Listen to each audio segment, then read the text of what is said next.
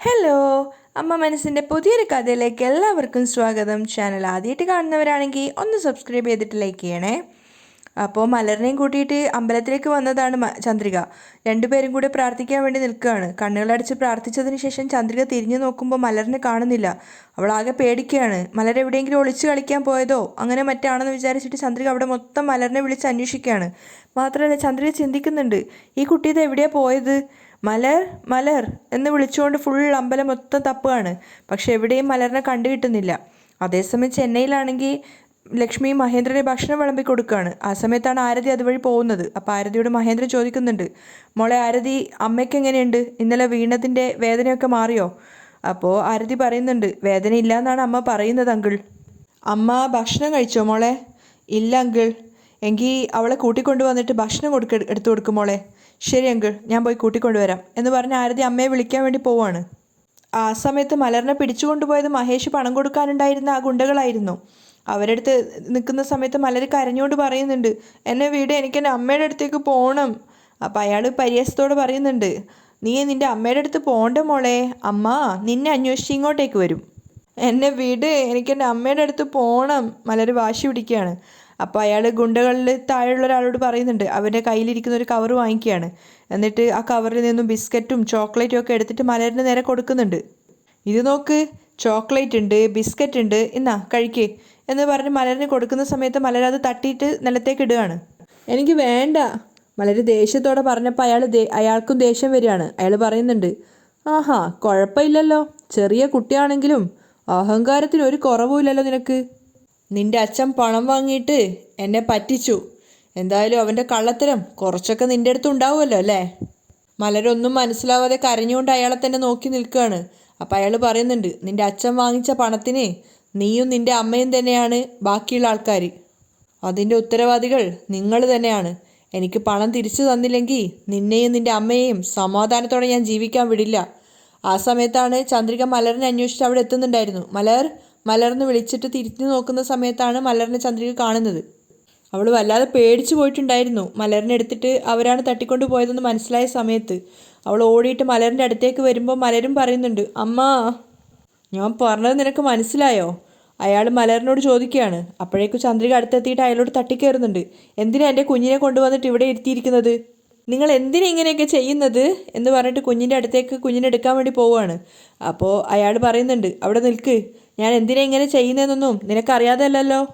നിന്റെ ഭർത്താവ് വാങ്ങിച്ച കാശ് നീ തിരിച്ചു തന്നിട്ടുണ്ടെങ്കിൽ പിന്നെ ഞാൻ എന്തിനാ നിങ്ങളെ രണ്ടുപേരെയും ശല്യം ചെയ്യുന്നേ?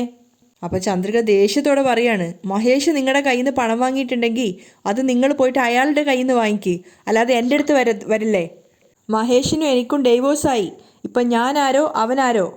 അപ്പോൾ അയാൾ പരിഹസിച്ച് ചിരിക്കുകയാണ്, ആഹാ നീ ആരോ അവനാരോ എന്നൊക്കെ പറയുക. അപ്പം പിന്നെ അവനിക്കും നിനക്കും കൂടി ഉണ്ടായ കുട്ടിയെന്തിനാ നിനക്ക്? ചന്ദ്രിക മലറിനെ നോക്കി നിൽക്കുകയാണ്. അപ്പം അയാൾ പറയുന്നുണ്ട്, നിങ്ങൾ രണ്ടുപേരും ഡൈവോഴ്സ് ആയില്ലേ, അപ്പം പിന്നെ അവൻ്റെ കുഞ്ഞിനെ എന്തിനാ നിനക്ക്? ഞാൻ ഈ കുട്ടിയെ കൊണ്ടുപോവാം എന്ന് പറഞ്ഞിട്ട് മലറിനെ എടുക്കാൻ വേണ്ടി പോവാണ്. അപ്പോഴേക്കും ചന്ദ്രിക അയാളുടെ കൈ കയറി പിടിക്കുന്നുണ്ട്. എന്നിട്ട് ദേഷ്യത്തോടെ പറയുന്നുണ്ട്, എൻ്റെ മോളുടെ മേത്ത് കൈവച്ചാലേ ഇവിടെ നടക്കാൻ പോകുന്നത് വേറെയാ. അയാളും ചന്ദ്രികയുടെ ആ ഒരു വീറും വാശിയും കാണുന്ന സമയത്ത് അതിശയത്തോടെ നോക്കുന്നുണ്ട്.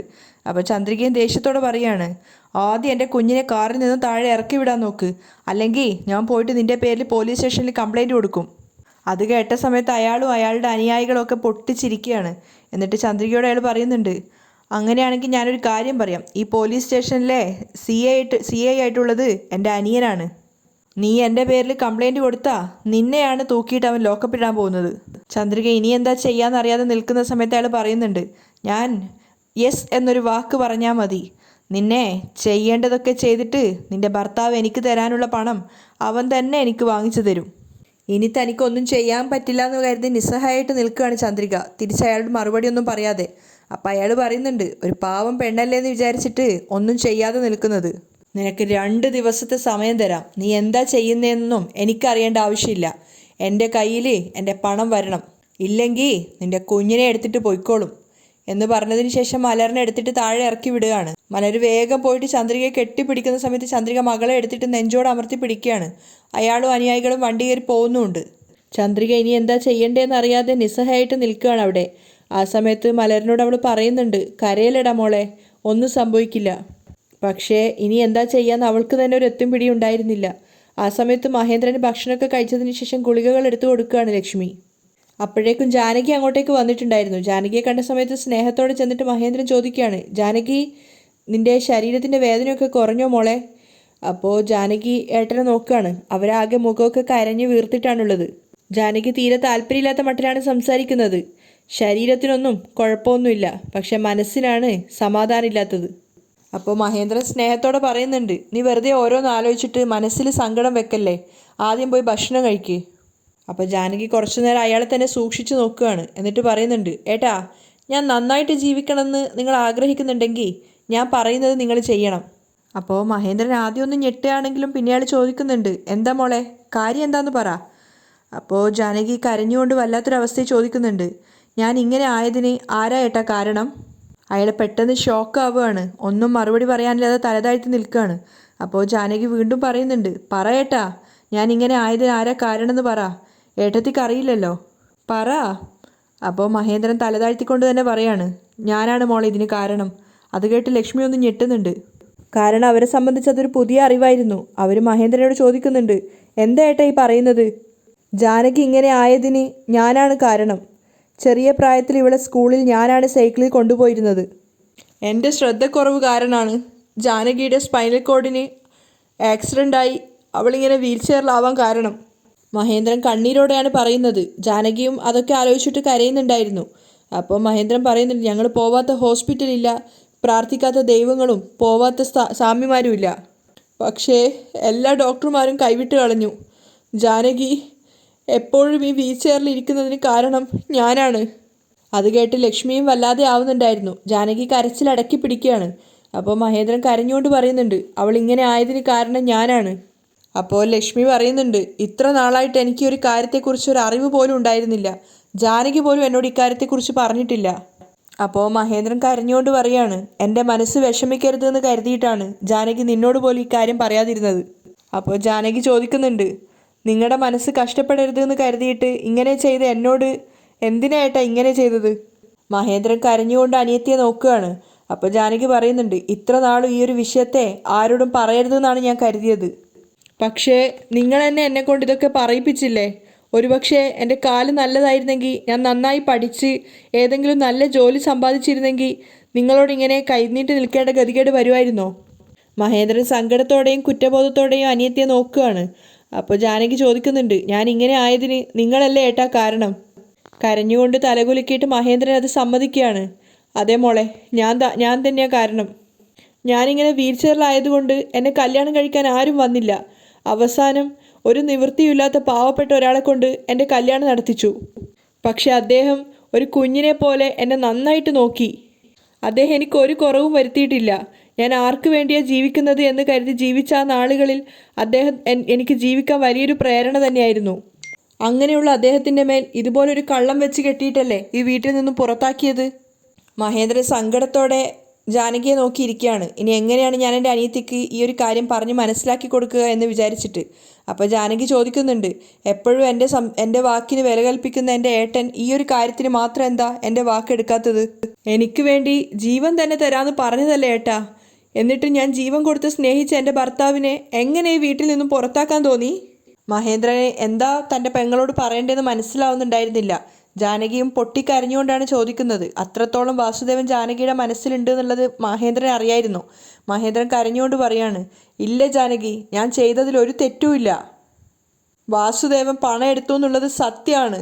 അത് തെളിഞ്ഞതിന് ശേഷമാണ് ഞാൻ ഇങ്ങനെ ഒരു തീരുമാനം എടുത്തത്. അപ്പോൾ വളരെയധികം ഗൗരവത്തോടെയാണ് ജാനകി പറയുന്നത്, ഇല്ല ഏട്ടാ, ഞാനിത് വിശ്വസിക്കില്ല. 25 വർഷമായിട്ട് ഒരു തെറ്റും ചെയ്യാത്ത ഒരാൾ എങ്ങനെ ഇപ്പം മാത്രം പെട്ടെന്നൊരു തെറ്റ് ചെയ്യുക? അപ്പോൾ മഹേന്ദ്രൻ യാചനയോടെ പറയുന്നുണ്ട്, അല്ല മോളെ, 25 വർഷമായിട്ട് അവൻ തെറ്റുകൾ ചെയ്തുകൊണ്ടേ ഇരിക്കുകയാണ്. പക്ഷെ ഇപ്പോൾ മാത്രമാണ് അത് വെളിയിൽ വന്നത്. നിന്നോടുള്ള ഇഷ്ടം കൊണ്ട് ഞാനത് വലുതാക്കിയിട്ടില്ല മോളെ. പക്ഷേ ഇത്ര വർഷമായിട്ടും അവൻ തെറ്റുകൾ ചെയ്തുകൊണ്ടേ ഇരിക്കുകയാണ്. കാരണം എപ്പോഴും കുറച്ചായിട്ടാണ് പണം മോഷ്ടിക്കാറുള്ളത്. അതുകൊണ്ടാണ് എൻ്റെ അടുത്ത് പിടിക്കപ്പെടാതിരുന്നത്. ഇതൊക്കെ കേൾക്കുന്തോറും ജാനകിക്ക് ദേഷ്യം വരുന്നുണ്ടായിരുന്നു. കാരണം തൻ്റെ ഭർത്താവിനെ കുറിച്ചാണ് ഈ പറയുന്നത്. അപ്പോൾ മഹേന്ദ്രൻ പറയുന്നുണ്ട്, പക്ഷേ ഇത്തവണ അവൻ വലിയൊരു പണമാണ് എടുത്തത് എന്ന് പറയുമ്പോഴേക്കും ജാനകി ദേഷ്യത്തോടെ പറയുന്നുണ്ട്, മതി നിർത്തേട്ടാ, ആദ്യം എന്നെ നടക്കാതെയാക്കി. ഇപ്പോഴാണെങ്കിൽ എൻ്റെ ഭർത്താവിൻ്റെ മേൽ കള്ളത്തരം ആരോപിച്ച് അദ്ദേഹത്തെ വീട് വിട്ട് പുറത്താക്കി. പക്ഷേ ഞാൻ ഈ വിഷയത്തെ വെറുതെ വിടാൻ പോകുന്നില്ല. എനിക്കിതിന് നിങ്ങൾ മറുപടി തന്നേ പറ്റൂ. എന്നെ ഇങ്ങനെ ഒരു അവസ്ഥയിൽ കൊണ്ടെത്തിച്ചില്ലേ, അതിന് നിങ്ങൾ എന്താ ഏട്ടാ ചെയ്യാൻ വേണ്ടി പോകുന്നത്? ജാനകി അത്രത്തോളം ദേഷ്യത്തോടെയാണ് സംസാരിക്കുന്നത്. വളരെയധികം കുറ്റബോധത്തോടെയാണ് ലക്ഷ്മിയും മഹേന്ദ്രനും നിൽക്കുന്നത്. മഹേന്ദ്രൻ ചോദിക്കുന്നുണ്ട്, പറ മോളെ, ഞാൻ എന്താ ചെയ്യേണ്ടത്? അപ്പോൾ ജാനകി തൻ്റെ ആവശ്യം മഹേന്ദ്രനോട് പറയാണ്. ഇത്രയും കാലം നിങ്ങൾ സമ്പാദിച്ച മുഴുവൻ സ്വത്തിലും പകുതി അവകാശം എനിക്ക് വേണം. അത് ആദ്യമായിട്ട് കേട്ടതുകൊണ്ട് മഹേന്ദ്രനും ലക്ഷ്മിയും ഒന്ന് പതറിയിട്ടുണ്ടായിരുന്നു. പക്ഷെ അല്പനേരം കൊണ്ട് തന്നെ മഹേന്ദ്രൻ തലയാട്ടി സമ്മതിക്കുകയാണ്. നിങ്ങൾ കാരണമാണല്ലോ ഞാൻ എൻ്റെ ജീവിതം വഴിമുട്ടിയിട്ട് ഇങ്ങനെ ആയത്. അതുകൊണ്ട് എനിക്ക് തരാനുള്ള സ്വത്ത് എനിക്ക് തന്നാൽ ഞാൻ എൻ്റെ ഭർത്താവിൻ്റെയും മക്കളെയും കൂടെ സന്തോഷത്തോടെ ജീവിച്ചോളാം. മഹേന്ദ്രന് ജാനകി പറഞ്ഞു കേട്ടപ്പോൾ വല്ലാത്ത സങ്കടം തോന്നുന്നുണ്ട്. ജാനകി പിന്നെ അവരെ രണ്ടുപേരെയും നോക്കാതെ ദേഷ്യത്തോടെ അവിടുന്ന് പോവുകയാണ്. അപ്പോൾ ലക്ഷ്മിയും പറയുന്നുണ്ട്, എന്താ ഏട്ടാ ജാനകി ഇങ്ങനെയൊക്കെ പറഞ്ഞിട്ട് പോകുന്നത്? തൻ്റെ ഉള്ളിലുള്ള സങ്കടം മറച്ചു വെച്ചുകൊണ്ട് മഹേന്ദ്രൻ പറയുന്നുണ്ട്, അവൾ ഈ ചോദിച്ചതിൽ ഒരു തെറ്റുമില്ല ലക്ഷ്മി. അവൾ ഇങ്ങനെ ആയതിന് കാരണം ഞാനാണ്. അങ്ങനെയുള്ളപ്പോൾ അതിൻ്റെ ഉത്തരവാദിത്തം ഞാൻ തന്നെയല്ലേ ഏറ്റെടുക്കേണ്ടത്?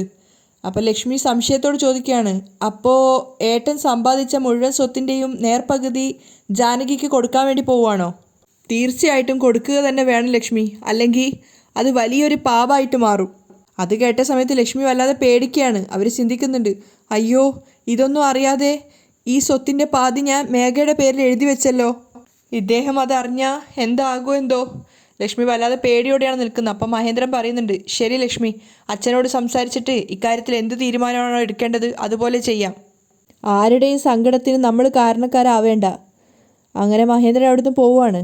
അതേസമയം ജ്യോതി ഫോണിൽ എന്തോ കളിച്ചുകൊണ്ടിരിക്കുമ്പോഴാണ് അങ്ങോട്ടേക്ക് കള്ളൊക്കെ കുടിച്ചിട്ട് വാസു കയറി വരുന്നത്. വാസു ആകെ മദ്യപിച്ച് ലക്കില്ലാണ്ടാണ് വരുന്നത്. എന്നിട്ട് ജ്യോതിയോട് തട്ടിക്കയറുകയാണ്. എവിടെടി നിൻ്റെ ആങ്ങളെവിടെ? എന്തിനാ നീ ഇപ്പോൾ അവനെ ചോദിക്കുന്നത്? ജ്യോതി പതറാതെ ചോദിക്കുകയാണ്. അപ്പോൾ വാസു പറയുന്നുണ്ട്, നീ അവൻ്റെ പേരിലല്ലേ സ്ഥലം വാങ്ങിച്ചു വെച്ചത്? മര്യാദയ്ക്ക് പറയാണ്, എനിക്ക് ആ പണം 85 ലക്ഷം രൂപ തിരിച്ചു തന്നേക്ക്. ജ്യോതി ആദ്യം ഒന്ന് ഭയന്നിട്ടുണ്ടായിരുന്നു. അപ്പോൾ വാസു പറയുന്നുണ്ട്, അല്ലെങ്കിൽ അവനെ ഞാൻ. അപ്പം ജ്യോതി ഇടയ്ക്കേറി പറയാണ്, നോക്ക്, ഇനി ഒരു പ്രാവശ്യം കൂടി ആ സ്ഥലത്ത് വിൽക്കണമെന്ന് പറഞ്ഞിട്ട് നീ ഇങ്ങോട്ടേക്ക് വരാൻ പാടില്ല. നീ ഇവിടെ വരികയാണെങ്കിൽ വരണം, ഭക്ഷണം കഴിക്കണം, തിരിച്ചു പോകണം. ഇത്രയും കാലം നീ എൻ്റെ കൂടെ കുടുംബജീവിതം നടത്തിയില്ലേ, അതിന് ഈ കാശ് മുഴുവനായിട്ട് വേണ്ടി വന്നു. എടി പാപി.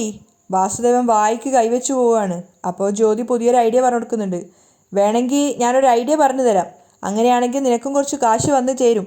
നിനക്ക് സമ്മതമാണെങ്കിൽ അത് കഴിഞ്ഞിട്ട് ഇവിടെ വന്ന് താമസിക്കാം. അപ്പോൾ വാസുവിന് കാര്യം മനസ്സിലായില്ല. വാസു ചോദിക്കുന്നുണ്ട്, എന്താ അത്? നിൻ്റെ അമ്മായി അച്ഛൻ നിൻ്റെ ഭാര്യയുടെ പേരിൽ 2 കോടി രൂപയുടെ ഇൻഷുറൻസ് എടുത്തിട്ടുണ്ട്. നിൻ്റെ ഭാര്യയെ നീ കൊന്നു തള്ളിയെന്ന് വെക്ക്. അങ്ങനെയാണെങ്കിൽ ആ 2 കോടി രൂപയും നിൻ്റെ പേരിലായിരിക്കും. ജ്യോതി നല്ലൊരു കൗശലത്തോടെയാണ് പറഞ്ഞു കൊടുക്കുന്നത്, പുതിയൊരു ഐഡിയ പറഞ്ഞ സന്തോഷത്തിൽ. അപ്പോൾ വാസുദേവൻ ദേഷ്യത്തോടെ പറയുന്നുണ്ട്, ഏയ് നിനക്ക് ഇത്രയും അഹങ്കാരോ? എന്ത് ധൈര്യം ഉണ്ടായിട്ട് നീ എൻ്റെ ഭാര്യയെ കൊല്ലുന്ന കാര്യം പറഞ്ഞത്? അവളെ തല്ലാൻ വേണ്ടി കയ്യോങ്ങാണ് വാസു. അപ്പോൾ ജ്യോതി ഇടയ്ക്കേറി പറയുന്നുണ്ട്, ഹലോ, ഇങ്ങനെ കൈനീട്ടി അടിക്കുന്ന ഐഡിയ ഒക്കെ ഇവിടെ വേണ്ട. എന്താ കുടിച്ചിട്ട് വന്നിട്ട് പ്രശ്നം ഉണ്ടാക്കാമെന്ന് കരുതിയോ എന്ന് പറഞ്ഞ് വാസുവിനെ പിടിച്ച് പുറത്തേക്ക് തള്ളുകയാണ്. എന്നിട്ട് വാതിലടക്കുന്നുണ്ട്. വാസു കുറച്ചു നേരം അവിടെ നിൽക്കുകയാണെങ്കിൽ അയാളോട് തന്നെ നാണക്കേട് തോന്നുകയാണ്. രാത്രിയായപ്പോൾ മഹേന്ദ്രൻ ടെറസിന് മുകളിൽ വന്നതാണ്. ആ സമയത്ത് സിദ്ധാർത്ഥ് അവിടെ വളരെയധികം സങ്കടത്തോടെ നിൽക്കുന്നുണ്ടായിരുന്നു ഒറ്റയ്ക്ക്. അപ്പോൾ മഹേന്ദ്രൻ വന്നിട്ട് സിദ്ധാർത്ഥിനോട് പറയുന്നുണ്ട്, എനിക്ക് നിന്നോട് കുറച്ച് സംസാരിക്കാനുണ്ട് മോനെ. പറ അങ്കിൾ. അപ്പോൾ മഹേന്ദ്രൻ സങ്കടത്തോടെ പറയാണ്, ഇന്ന് രാവിലെ ജാനകി എന്നോട് വളരെയധികം മനസ്സ് സങ്കടത്തോടെ സംസാരിച്ചു. നിൻ്റെ അച്ഛൻ്റെ മേൽ ഇല്ലാത്തൊരു കുറ്റം ചാർത്തിയിട്ടാണ് ഞാൻ ഈ വീട്ടിൽ നിന്നും പറഞ്ഞയച്ചതെന്നാണ് അവൾ കരുതുന്നത്. ജാനകിക്ക് ഞാൻ എത്രയൊക്കെയോ കഷ്ടപ്പെട്ട് പറഞ്ഞ് മനസ്സിലാക്കി കൊടുക്കാൻ ശ്രമിച്ചു. പക്ഷേ അവൾ എങ്ങനെ പറഞ്ഞിട്ടും ഞാൻ പറയുന്നത് മനസ്സിലാക്കുന്നില്ല. പിന്നെ അവളുടെ ഭാഗത്തുനിന്ന് നോക്കുമ്പോൾ അവളെ കുറ്റം പറയാനും സാധിക്കില്ല. ജാനകി നിൻ്റെ അച്ഛൻ്റെ മേലെ വെച്ചിരിക്കുന്ന സ്നേഹവും വിശ്വാസവുമാണ് എന്നോട് അങ്ങനെയൊക്കെ പറയാൻ അവളെ പ്രേരിപ്പിച്ചത്. സിദ്ധു ഒന്നും പറയാതെ തലതാഴ്ത്തിയിട്ട് മഹേന്ദ്രൻ പറയുന്നതൊക്കെ കേട്ട് നിൽക്കുകയാണ്. അപ്പോൾ മഹേന്ദ്രൻ ചോദിക്കുന്നുണ്ട്, സിദ്ധാർത്ഥ് നീ പറ, ഞാൻ നിൻ്റെ അച്ഛനെ ഈ വീട്ടിൽ നിന്നും പറഞ്ഞയച്ചത് തെറ്റാണോ? സിദ്ധു ഒന്നും പറയാതെ മഹേന്ദ്രൻ്റെ മുഖത്തേക്ക് തന്നെ നോക്കി നിൽക്കുകയാണ്. അപ്പോൾ മഹേന്ദ്രൻ വീണ്ടും ചോദ്യം ആവർത്തിക്കുന്നുണ്ട്, പറ സിദ്ധാർത്ഥ്, ഞാൻ നിൻ്റെ അച്ഛനെ ഈ വീട്ടിൽ നിന്നും പറഞ്ഞു വിട്ടത് തെറ്റാണോ? പണത്തിന് വേണ്ടി നിൻ്റെ അച്ഛൻ ഇങ്ങനെയൊന്നും ചെയ്യില്ല എന്ന് തന്നെയാണോ നീ വിശ്വസിക്കുന്നത്? അപ്പോൾ സിദ്ധാർത്ഥ് പറയുന്നുണ്ട്, അങ്ങനെയൊന്നും അല്ല അങ്കിൾ. തെറ്റ് ആര് ചെയ്താലും അത് തെറ്റ് തന്നെയാണ്. അച്ഛൻ ഓഫീസിൽ നിന്നും പണം എടുത്തിട്ടുണ്ട്. പക്ഷേ ഇപ്പോൾ വരെ നമുക്ക് അത് ആർക്ക് വേണ്ടിയാണോ എടുത്തത്, ആർക്കാണോ കൊണ്ടു കൊടുത്തത് എന്നൊന്നും അറിയില്ല. പക്ഷേ ഈ പണം എടുത്തതിന് പിന്നിൽ എന്തോ ഒരു വലിയ കാര്യമുണ്ടെന്ന് എനിക്ക് തോന്നുന്നു. മഹേന്ദ്രൻ ഒന്നും പറയാതെ നിൽക്കുകയാണ്. അപ്പോൾ സിദ്ധു പറയുന്നുണ്ട്, അങ്കിൾ, നിങ്ങൾ എൻ്റെ അച്ഛൻ്റെ മേൽ ഒരുപാട് വിശ്വാസം വെച്ചിട്ടുണ്ടായിരുന്നു. അത് അവർ തന്നെയാണ് തകർത്തത്. അതുകൊണ്ട് എൻ്റെ അച്ഛനോട് വീട് വിട്ടു പോകാൻ പറഞ്ഞതിൽ എനിക്കെന്തോ അതൊരു വലിയ തെറ്റായിട്ട് തോന്നുന്നില്ല അങ്കിൾ. നിങ്ങൾ അത് തന്നെ ആലോചിച്ച് സങ്കടപ്പെടേണ്ട അങ്കിൾ. നിങ്ങൾ എന്ത് തീരുമാനം എടുത്താലും അത് ശരിയായിരിക്കുമെന്നാണ് ഞാൻ വിശ്വസിക്കാറ്. അപ്പോൾ മഹേന്ദ്രൻ പറയുന്നുണ്ട്, സിദ്ധു, നിന്റെ അടുത്ത് വേറെ ആരാണെങ്കിലും ഞാൻ എടുത്ത തീരുമാനം തെറ്റാണെന്നേ പറയുള്ളൂ. കാരണം സ്വന്തം അച്ഛൻ തലതാഴ്ത്തിയിട്ട് അപമാനിതനായിട്ട് നിൽക്കുന്നത് ഒരു മക്കൾക്കും കണ്ടു നിൽക്കാനാവില്ല. എന്തിന്? അവൻ്റെ അച്ഛൻ തെറ്റ് ചെയ്തതാണെങ്കിൽ പോലും അദ്ദേഹത്തിന് മാത്രമേ അവൻ സപ്പോർട്ട് ചെയ്യുള്ളൂ. ആ ഒരു കാര്യത്തിൽ നീ സത്യസന്ധനായിട്ടാണ് നിൽക്കുന്നത്. എനിക്ക് നിന്നെപ്പറ്റി ആലോചിക്കുമ്പോൾ വല്ലാത്ത അഭിമാനം തോന്നുന്നു മോനെ. അപ്പോൾ സിദ്ധാർത്ഥ് പുഞ്ചിരിച്ചോട് പറയുന്നുണ്ട്, എന്നെ വളർത്തി വലുതാക്കിയത് മുഴുവൻ നിങ്ങളാണ്. അതുകൊണ്ട് ഞാൻ ഇങ്ങനെ ആയതിൽ ആശ്ചര്യപ്പെടാനൊന്നുമില്ല. സിദ്ധാർത്ഥ് പുഞ്ചിരിച്ചുകൊണ്ട് മഹേന്ദ്രനോട് പറയാണ്. അവിടെയാണ് ഇന്നത്തെ എപ്പിസോഡ് വൈൻഡപ്പ് ചെയ്യുന്നത്.